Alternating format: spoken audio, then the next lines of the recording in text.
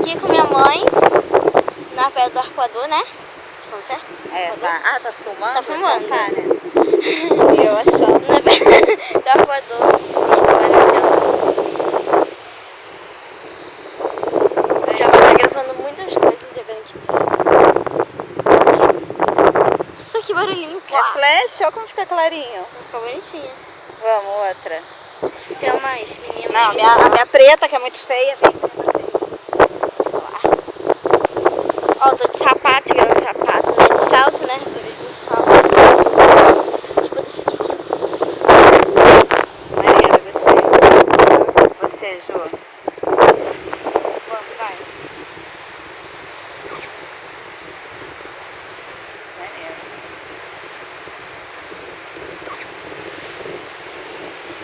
Ficou maneira? Ficou, nós duas. Grava pra vocês como é tirar uma Ah, foto. não, Né? ficou feia essa. Tem pessoas ali, ó. Ali embaixo. Vem, deixa eu ver vocês por aqui, né? Vamos? Tá virada pra cá.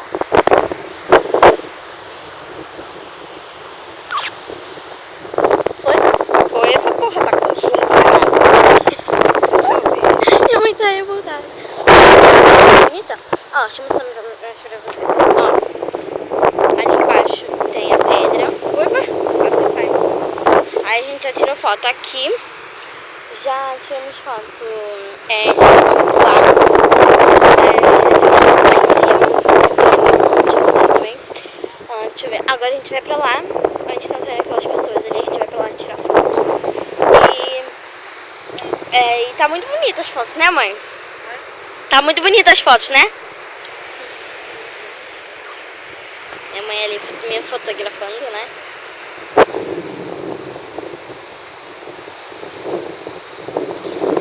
Deve estar muito feia, cara. Mas vamos lá. Agora ela se fotografando. Enfim, deixa eu mostrar pra vocês aqui. A gente já tirou fotos ali em cima, lá em cima. Eu tô descalça, então ignorem. Já tiramos fotos aonde mais? Tiramos fotos aqui, né? Várias fotos. A gente tirou ali também sentada. Tiramos ali onde tá aquela das pessoas ali sentadinha ali. Eu tirei deitada, tirei em pé, sentada. Agora eu vou tirar da minha mãe. Deixa eu ver aqui em cima dessa pedra, porque tem melhor. Pega tudo? Tá com zoom. Ah tá, agora já sei como tirar o zoom na esperta. Tá, vai. Foi. Não vai dar pra mostrar, mas gostou? Mais ou menos. Mais ou menos, sei lá. Foi nunca mais, deixa eu tirar outra, vai.